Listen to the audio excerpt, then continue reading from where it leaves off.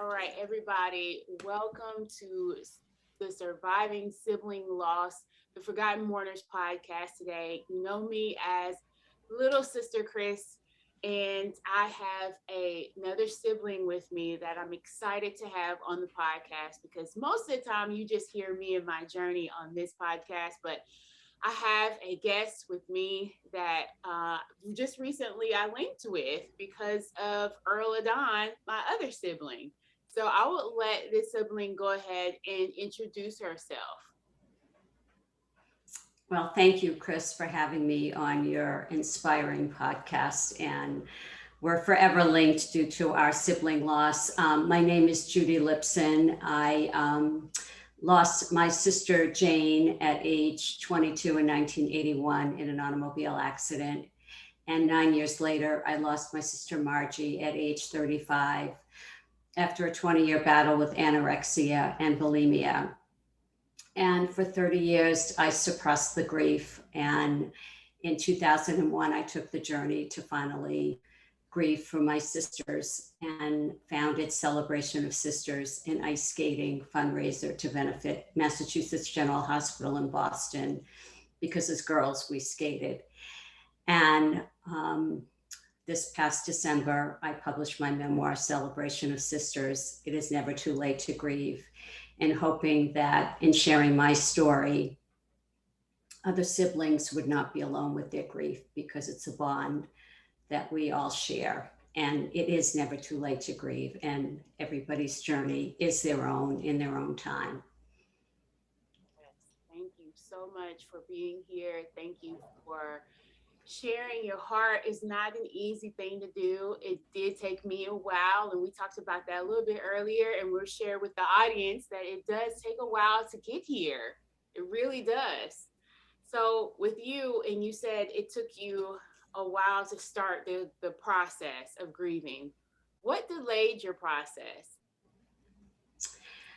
There were several factors. I think it was the times, it was the 80s. People didn't talk about grief or mental illness.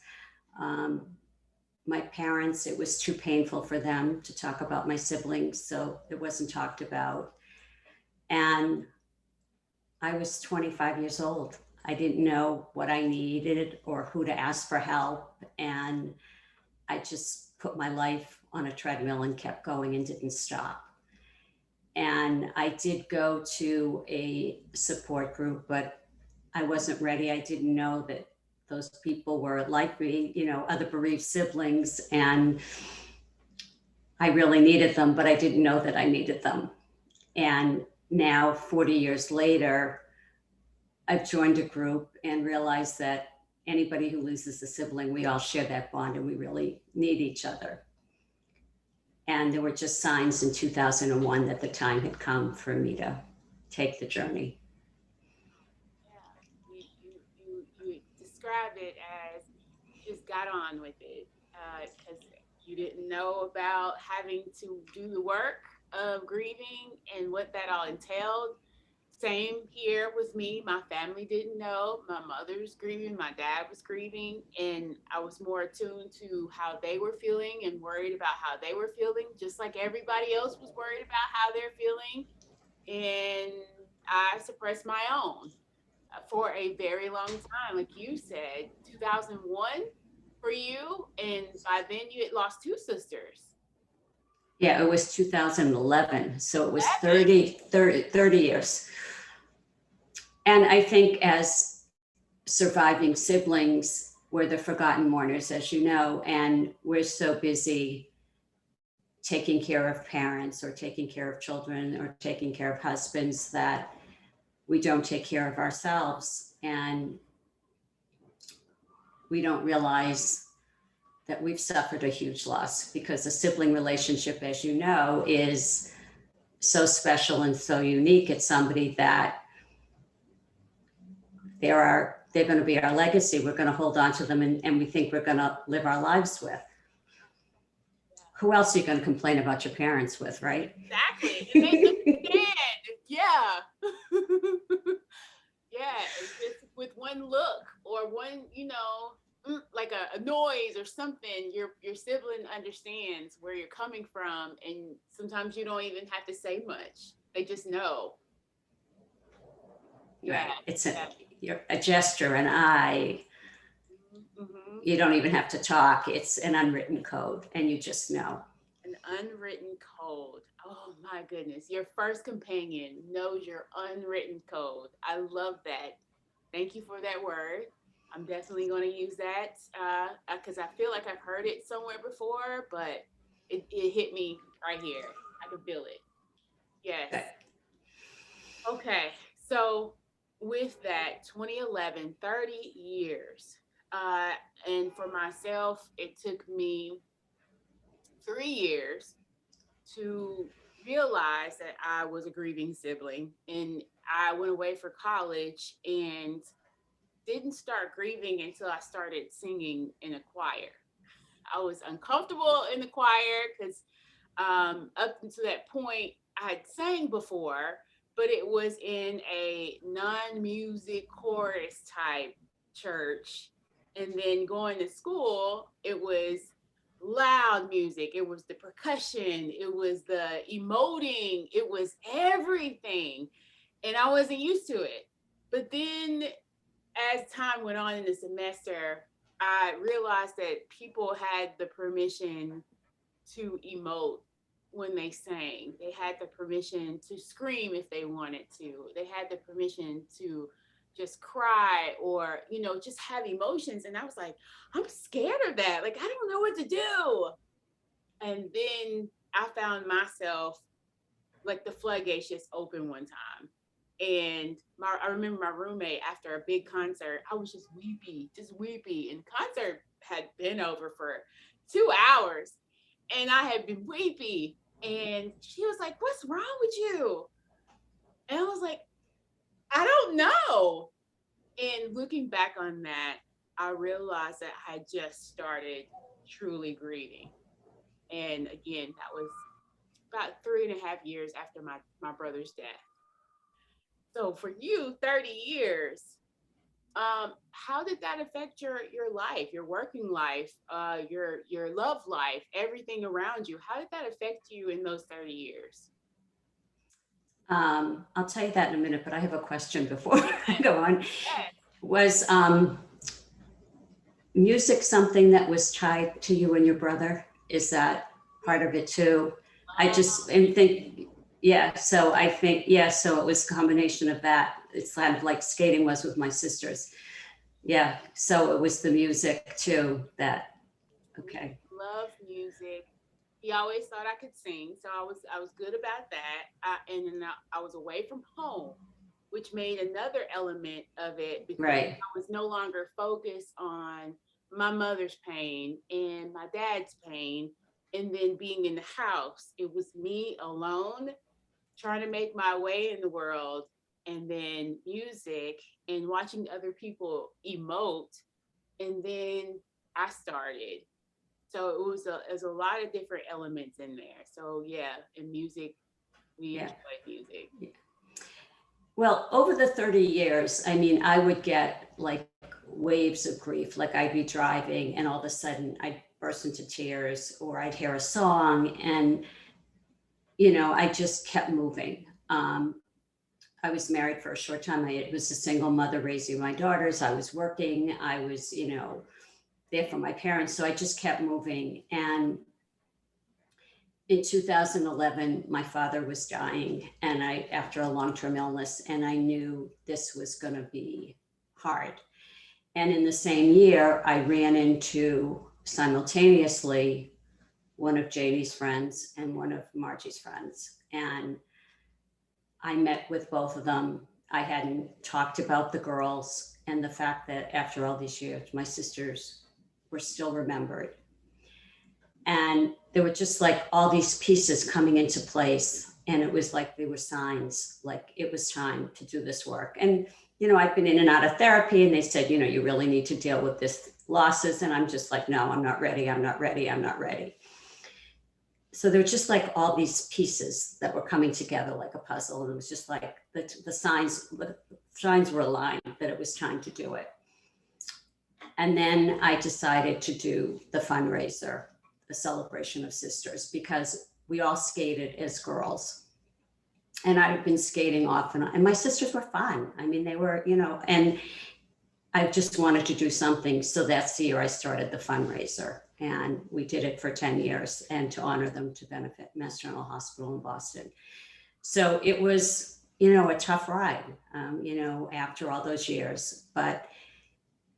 And I was petrified that I had lost so many memories. And you're not going to remember everything. You're not going to remember their favorite color, but the love was there. And the more I went through the process and looked at the pictures, more memories came back. And the bottom line, the love that was there.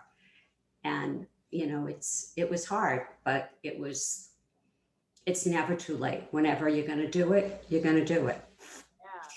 Yeah. And for those siblings out there that are listening, some will be listening because the death is very fresh, and others will be listening because the death was 40 years ago. And now that you are retired, or something has changed, or there's been another death, you start to think about your sibling that died years ago. And you may feel like, why am I in this headspace when this happened years ago? And just like you said, it's never too late to grieve for your sibling, no matter how long ago it was. So yes, it's like giving our siblings permission to say, this is what this is. This is the reason why I'm feeling the way I'm feeling. Thank you.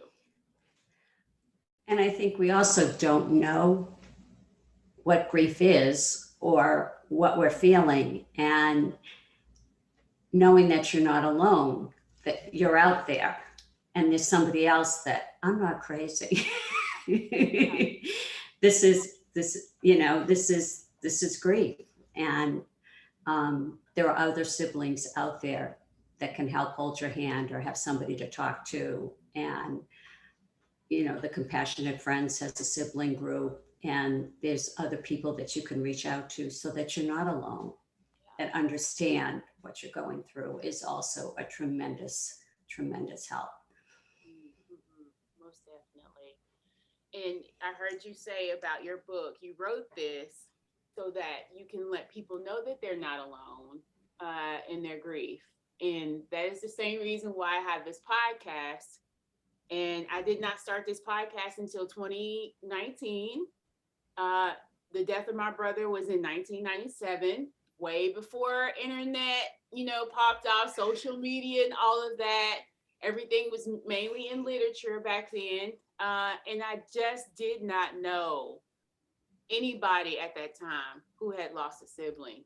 I was 14 years old. My brother had just turned 18. He was just a month shy of turning 18 when he passed from leukemia. And it was a very fast, aggressive cancer. He was diagnosed September of 1996 and then passed April 10th of 1997. And to go from being a very vibrant young man, young, rambunctious. We were the opposite. I was more quiet back then. He was more rambunctious. He was into everything, had a friend in everybody, could talk to a doorpost and make a friend.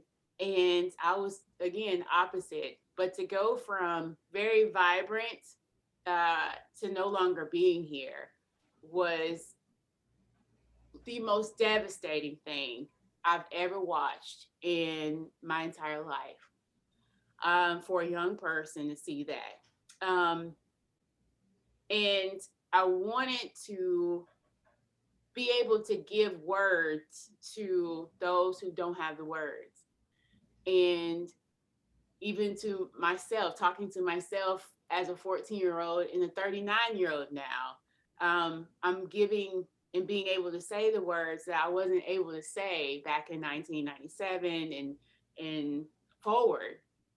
So I thank you for having another source of being able to say the words that maybe a sibling is not ready to say yet. Like you said earlier, you weren't ready for certain things at certain times, but 2011 really started it off? I'm astounded that I didn't talk about my sisters or share my story for so many years. And now that I'm opening up, like I said on Facebook to you, when you open up your heart, wonderful people enter your lives. And what I'm hearing in our stories is that there's so many parallels that you sang in that chorus and you were a shy girl, and here you're emoting and you're singing. And yes, you sobbed and you started to grieve. It's not unlike I was the shy middle sister and I did this fundraiser and I'm out there on the ice performing in front of this crowd like never. And I can feel Margie and Jane on my show, they're saying to me, Judy, you've got this.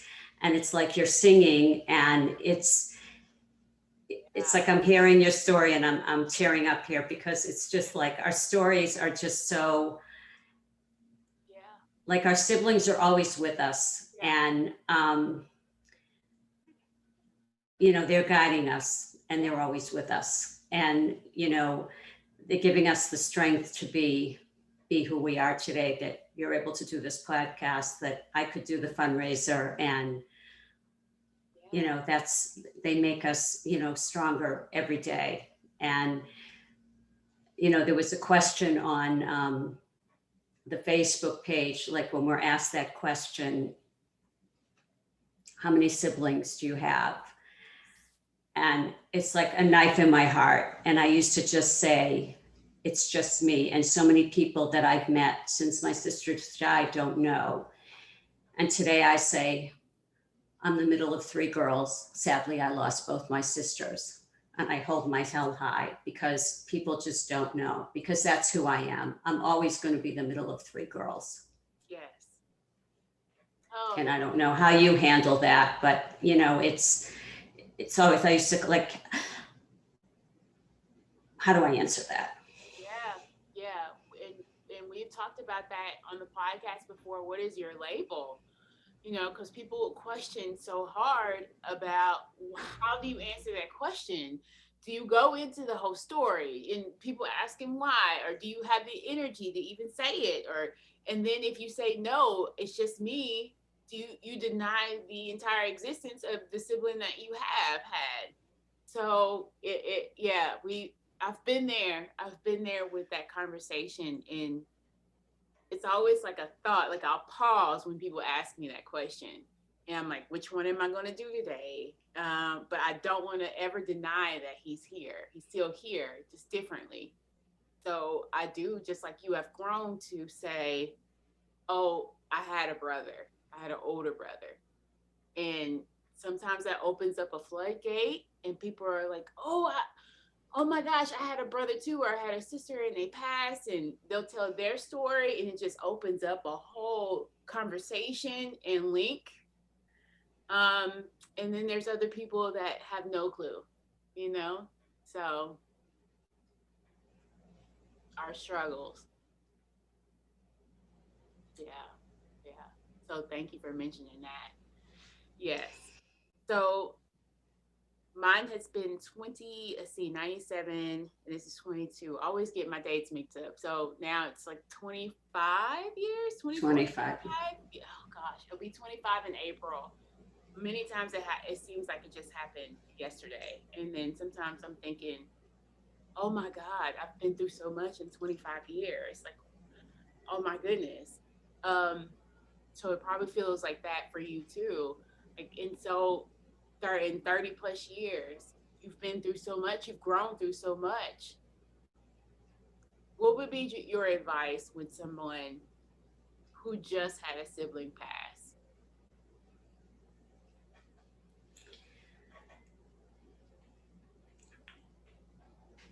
I would say take care of yourself.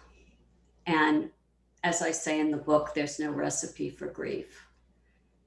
And I think that if you can, when you're ready, whatever time, whatever your journey takes you, is to find another sibling who's lost a sibling so that you have someone who understands what you're going through, so that you have somebody else to lean on that understands the path that you're going to go through, whatever time frame, however that path is, just to know that you're not alone out there. That would be my advice. No, you're not alone. The lonely journey. It's a very lonely journey, especially if you've lost multiple siblings, or even when you lost one sibling. It just feels very isolating. How often, if you can remember, how often do people ask you how you were doing? I Nobody asked how I was doing, and I think that on the outside I looked like I was fine, and I think that part of it was the time frame, and but no one ever asked how I was. And that's hard. How about you? Okay, I think um, looking back on it, I've had some that asked about me, but I really didn't know what to tell them. I was more concerned about their feelings than I was my own. So I presented in a different way. I presented never to be sad, to be strong, and I remember hearing people say, "Oh, she's so strong." But it was truly a wall because I did not know how to navigate my own feelings or if it was even okay to be able to have have feelings and what it would look like if it came out. I did not know what to do. It was almost like I had it on a very tight leash or a tight fist of my own emotions because I just didn't understand them. Yeah, and I think it's the issue is that too, is that we do because we're strong and we put up that front. And the other thing is that a lot of people are uncomfortable with grief and they don't know what to say, so they don't say anything. So I think it's sort of a double-edged sword. Um, and the other thing is that now that we've gone through this, and when anyone experiences a loss, we know what to say. And I think the most helpful thing is to talk about the person that's gone. I'm sorry, and so I remember blah, blah, blah, blah, blah, doing this or doing that and keeping the memories alive. But it's just, I think in general, people are uncomfortable with grief. Yeah, they are uncomfortable. And I think to myself about someone told me that if you feel like nobody has gone through what you're going through, just keep living. And Right. they soon death will come to their house. And that sounds morbid, but it is true that people go through. The longer you live, the more you see people going through what you had gone through, like you said. And have you seen where people come to you because they have gone through a lot of stuff and death included, that they come to you and ask you questions or try to get your advice? Well, now that I've shared my story, more people have opened up about their own lives, which I think that's gets back to our point is that we put up such walls, and once you let those walls down, people come into your lives. So I think that it's also when you lost your brother, it was 20 years ago. When I lost my sister, it was 40 years ago. These conversations weren't as open. So I think there's more and more people are more comfortable getting to talk to more openly about challenging issues. So I think that's all a good thing. And there weren't the resources available that there are today. So I think, having these podcasts, having these support groups for siblings, more books are coming out, I hope. There's more, the web has allowed more articles. So I think more and more we'll see the trajectory changing, that more people will be more comfortable. Yeah. And unfortunately, we've been, are still at the end, hopefully, of COVID season. And a lot of people who attempted to ignore grieving can no longer ignore it anymore. Um, so it does seem as though these past 2.5 years that people are more apt to sitting down and listening to other people's story of grief. We're in that season. Yeah, and now people can start to get out and see people and see their families and see their friends and interact with each other, which everybody needs. Yeah. I mean, Zoom is wonderful, but there's nothing like the interpersonal Oh, connection. And, you know, we're getting there. We're definitely getting there. I'm hoping and praying. I mean, yeah, I mean, I was, you know, in November, I did the finale of the Celebration of Sisters, and I was very fortunate that we were able to do it hybrid live and hybrid, that at least for the finale, that we were able to do it live. Yeah. I told somebody at work yesterday that I hugged her. She hugged me. And I was thinking, oh, it's been a long time since I hugged somebody at work. This feels different. But Yeah, we all need that. We all need that. We desperately need it. yeah. And speaking of work, I'll tell you a story. This happened to me back in 2018. By then, I'm a working professional, and I'm doing a training with law enforcement, a room full of law enforcement. They're in their uniforms, and I'm talking to them about a program about this trauma informed care for children, us using a language that is trauma informed, not traumatized. I'm using trauma a lot, but just not traumatizing children when officers are approaching children. And I said a spiel about where I'm from and the high school that I went to. And right as I'm wrapping up my training with them, one of them says, "Hey, do you know a George?" And I said, yeah, that's my dad. And my dad and my brother have the same first name.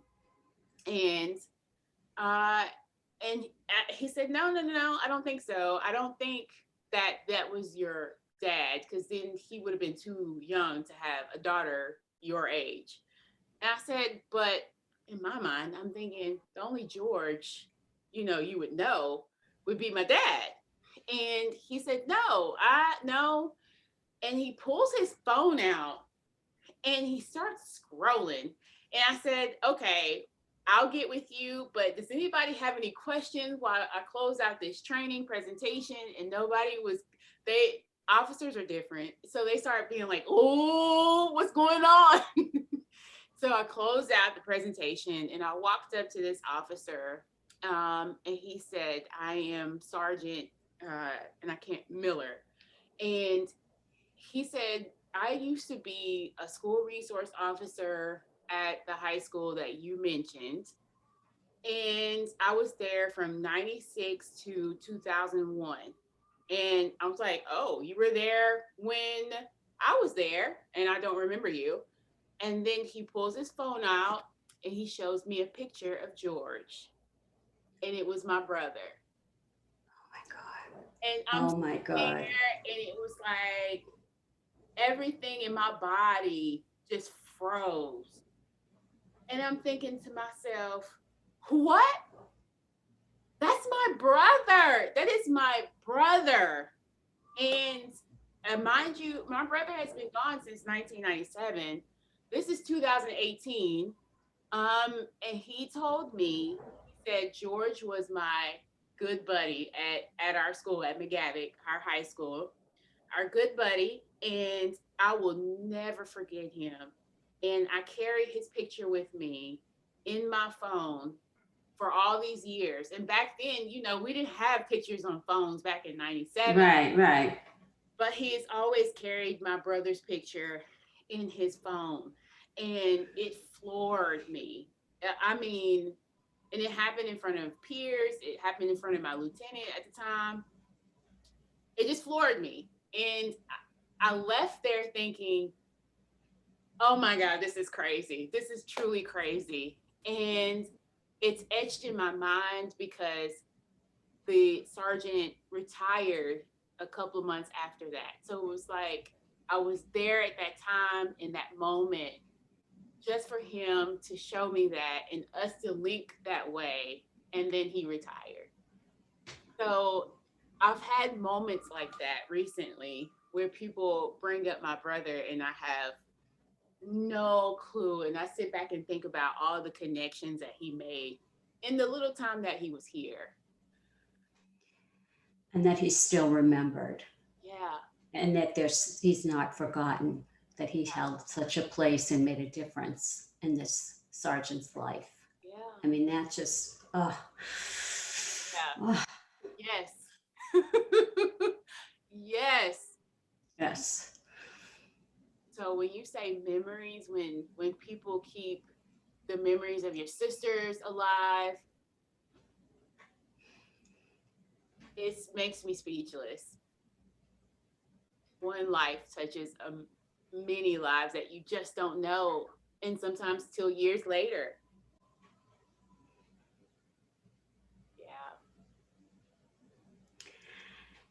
And in 1999, we started a fund in memory of my sisters. And um, at the time, the doctor said to me, he said, you have to write a book and share the stories because people are going to say, like, who are these girls? And I'm like, right, so how many years later, now people will know about them. Yeah. Yeah. They are still living, like you said You're earlier. right, They're still, their legacy is still here. right. And like George's, still living. Still, yeah, still here. They were and are very powerful individuals, and we appreciate that from our siblings.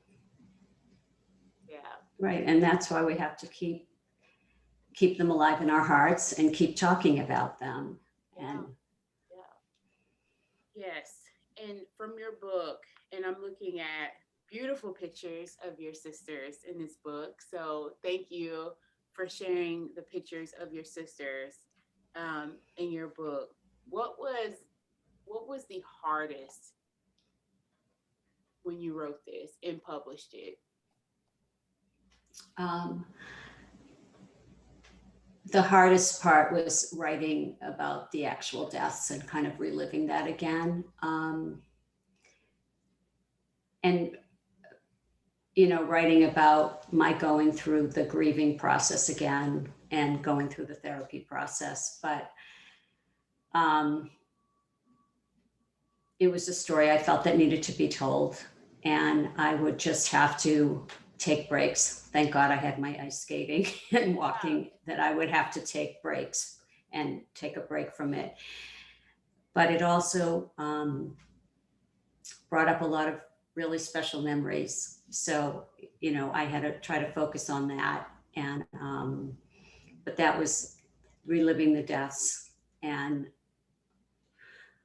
the trauma and being able to look back and forgive myself that I didn't do the work earlier and make peace with that. Like you said, the girl, looking back at the girl, the young girl and the girl today, that it was okay. I was 25 years old. I was a young girl and I did the best that I could at that time. Like you looking at your girl today and versus, Chris today, and making peace with that. So that was a hard piece to write as well, to swallow that. Yeah, yeah. And we have to love on her, our younger girl. Love on Right. her. Yeah, yeah. That's the soothing part of it, to look back on it and love on her. Yeah, definitely, definitely. Um, and for siblings out there who are listening, we know that at every point of our lives that we will grieve differently. Um, with a marriage, with having babies, with your parents in their evolving lives and sicknesses and other deaths and anniversaries and graduations. We know at every point of our lives that we will reflect back and grieve differently for our sibling, just wishing that our sibling was here to see it, or what would they say? um, my parents got divorced 11 years after my brother passed. And some of my anger with that is that it rekindled it kind of reignited, I say, my grief for my brother, because he was not there to be able to express my anger with them, express my disappointment, express, I was in grad school at the time too. He wasn't there to rely on and talk to about all the years that we've been together. And then this happened. So at points in our lives, it will reignite, like you said earlier, about you having these bursts of grief. And a good friend of mine talks about that being a grief tsunami. Like it just overtakes you at one point or the other, like a wave of water. And I can tell that you've had those moments too, where there's different parts of our lives, like we just want to talk to them about the troubles or the new things, the birth of a new baby, or a big move. What would they say about this? How would they feel about their sister doing this? And what would be some of their advice? So I don't know if you experienced this, but after my sister Jane died, her family lived outside of Boston. I was living in New York, and I walked back into work the first day, and my entire body shook, and everything like felt I was different. Your life is changed, forever changed.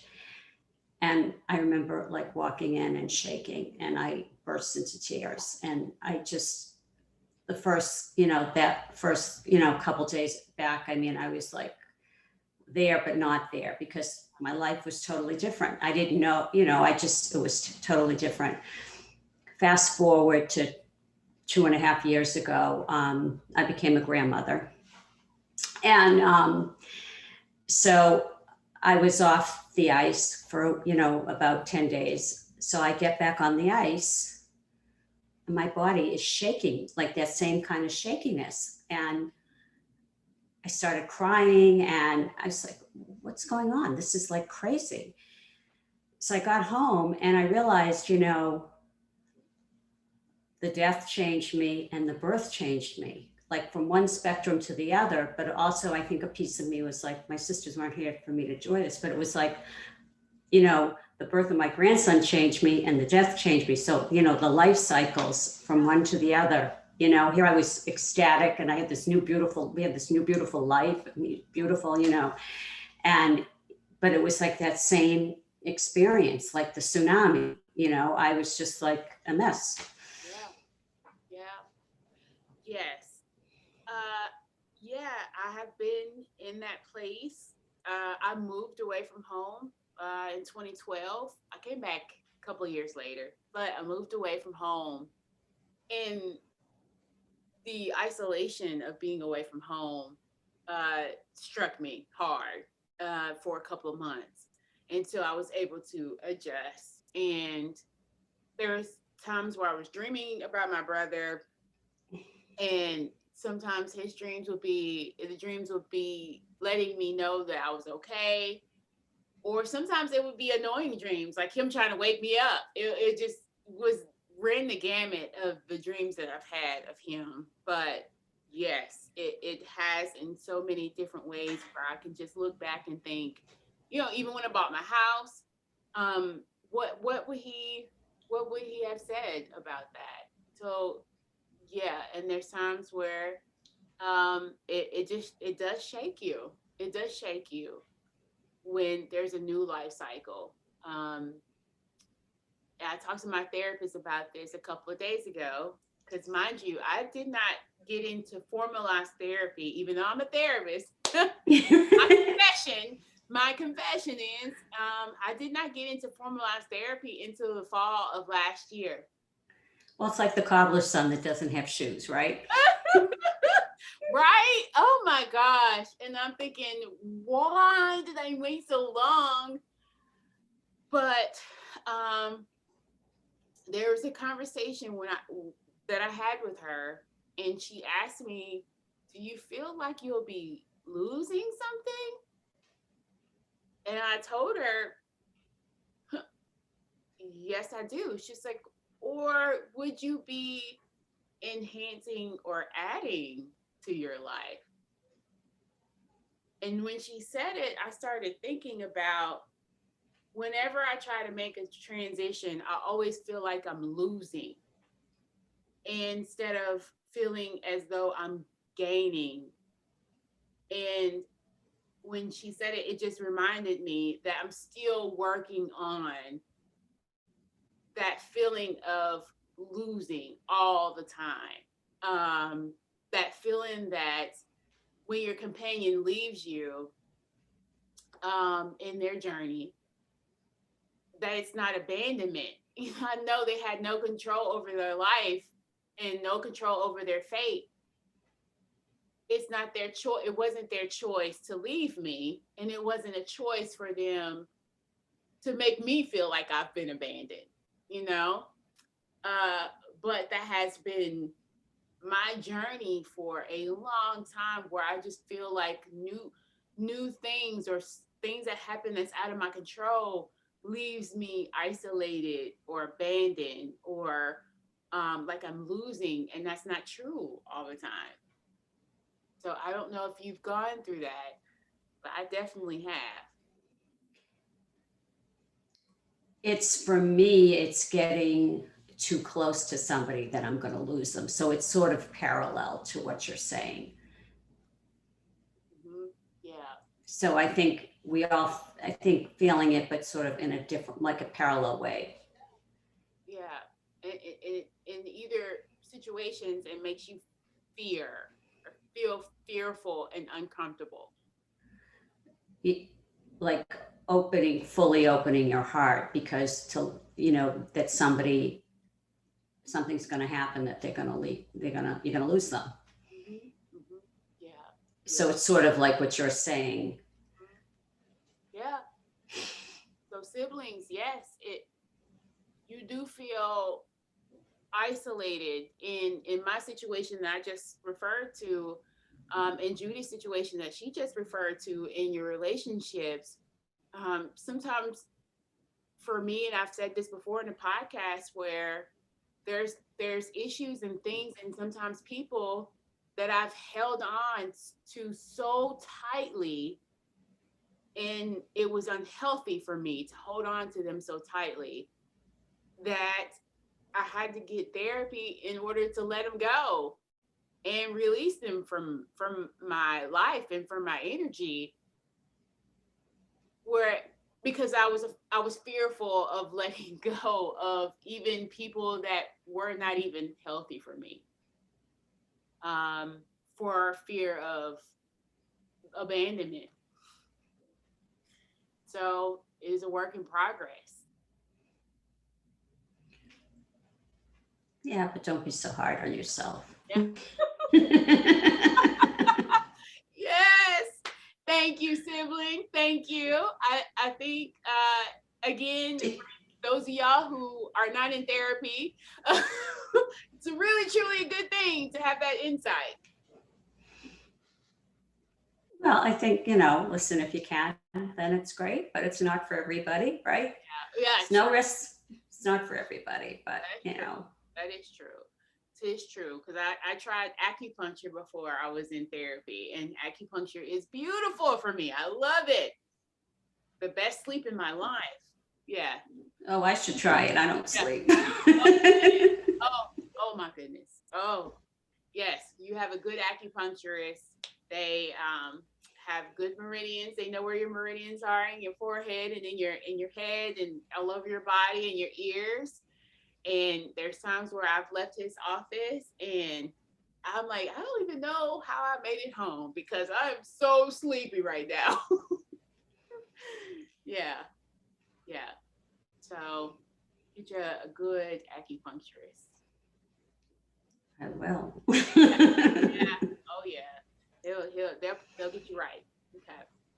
Um, so I'm not gonna keep you too much longer, and I appreciate you for spending your Saturday, some of your Saturday with me, because I know you had a publisher call today. So that was Yes, yeah, it's a busy day, but this is yeah, fun. I love yeah. talking with you. Thank you so much.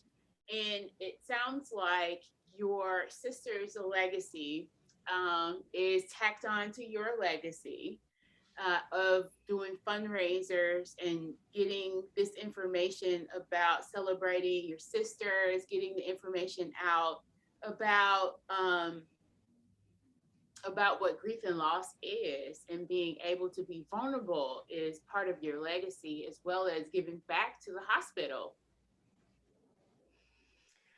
Yes, it's, listen, our lives are not what we had dreamed, and it's all, paying it forward. And that's what, I hope that I can do and show my family that's coming after me, and the fundraiser, I was just astounded that the people that showed their support year after year, and honoring their memories and keeping them alive in a way that truly showcased them and who they were as sisters. Yeah, and Judy is a figure skater and has been figure skating all of your life. On and off my whole life, yes. Hmm. And the funniest thing is, as a kid, I used to love watching figure skating. I mean, love it. I would almost tear up my mother's furniture just trying to do flips and stuff on her furniture, watching figure skating all the time. So I'm actually thrilled that you are a skater. It's fun. It's a lot of fun. Mm-hmm. Yeah. So, and because you do what you love, and because of that, you are being able to use figure skating as the fundraisers for the hospital, and that again speaks of your legacy and speaks of creating something from something you all love to do. And that is awesome for those siblings out there listening, that you can do the same thing if you want to. It doesn't always have to be on a broad scale. It can be small scale as well, with other family members if you want to. But if you have questions about how to memorialize your sibling, this could be one way. You know, everybody can choose what they like to do, whether you have a memorial service or you go to the cemetery with a cupcake. Everybody can just find a way that they're comfortable with and speaks to them and speaks to their sibling. Yeah, definitely, definitely. And you have been sharing your sibling story for how long? When did the book come out? Mm-hmm.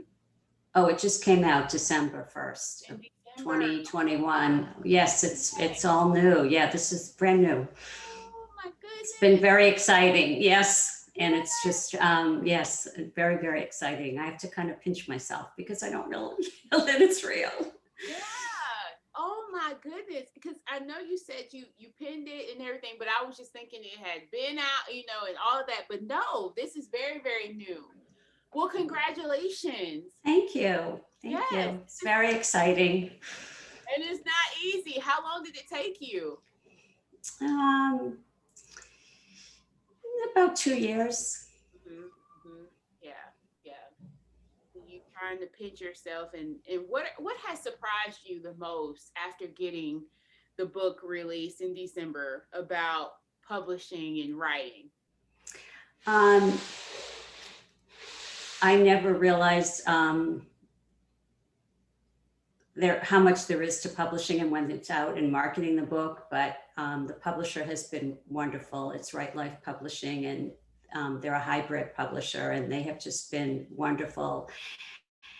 And I'm just overwhelmed by the support of the book and the wonderful people that I have met through publishing the book, and how it's opened so many doors. And by reading people who have read the book and have come forward, and the stories that they're sharing, and the more stories that I'm learning about my sisters, that my sisters' friends have read the book. So I'm just overwhelmed by the whole experience. It's more than I could ever have dreamed for. I feel that. I feel that. I would. It sounds like I would, after seeing the work and it being distributed and bought and read by people, I would be an emotional wreck. Yeah, it's then I get to meet people like you, and it's just been, I met Erla. It's just been it's exciting and just very overwhelming. Yeah, yeah, yes. So when I checked my mail yesterday, because I don't check it often, I checked my mail yesterday, and I'm in this season of change, and it's uncomfortable. And I there's times where you forget your why, in the hustle and bustle of everything in life and decision making and all the thoughts that you're stuck in between. And after I checked the mail, I had ordered a bunch of books, right? And so when I opened up yours, I thought, oh, it's one of the books I was like, no, it's not. This is not a book I ordered. And then I saw your postcard, and then I read on the inside where you left me a note, and I said, oh my God, it's my sibling. And I get to talk to her, and it just immediately I was reminded, and it was like a jolt. I was reminded about the whys, um, through the exhaustion, through the frustration of everyday life and working and inflation and, you know, worrying about other stuff. And then I get this book and I'm thinking, oh, that's why I do what I do. And I'm appreciative of the timing that I check my mail and the timing of this podcast to remind me of my why. So thank you. Thank you. Yeah, yeah. So tell us, where can we find your book? You can go to my website, www.judylipson.org.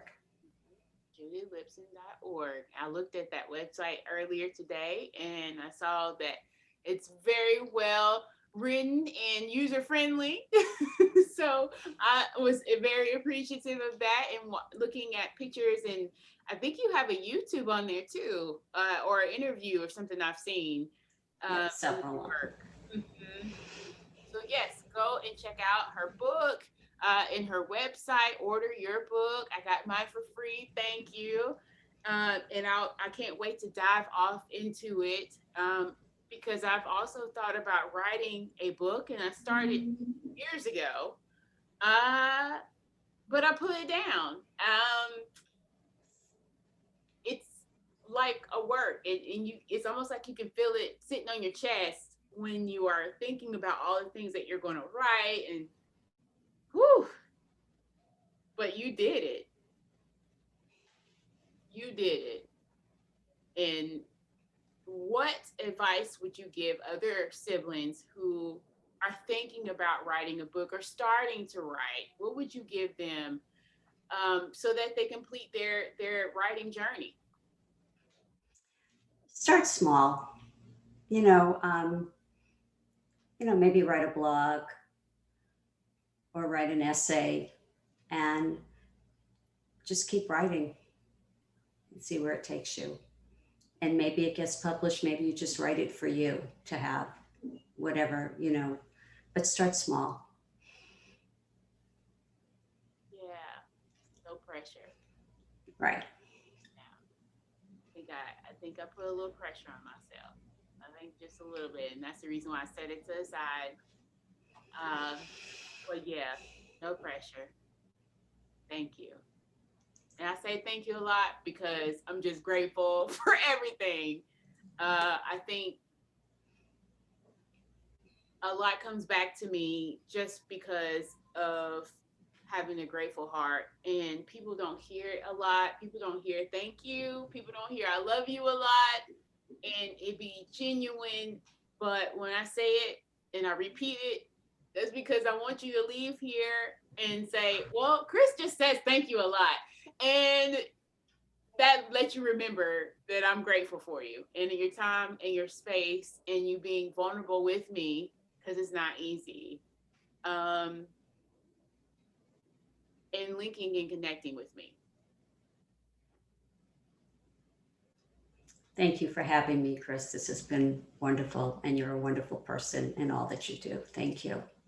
On your journeys, bless you on all your journeys, your fundraising, and your book, Celebration of Sisters. It's Never Too Late to Grieve.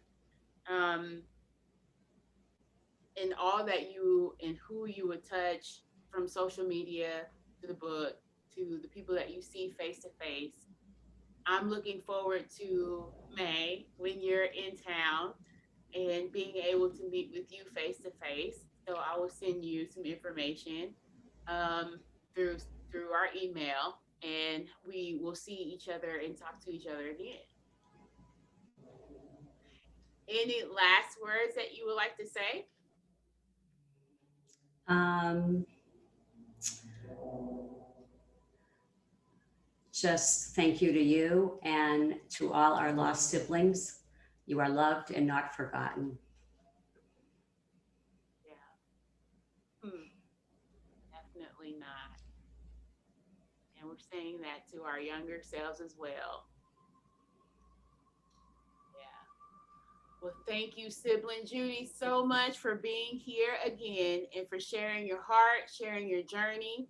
And those of you who are listening out there who want to get in contact with her, you have her web address and rewind back if you missed it. You also have my information to get in contact with me at getnakedtherapist@gmail.com at this time. I'm working on a website soon, and then we'll go from there.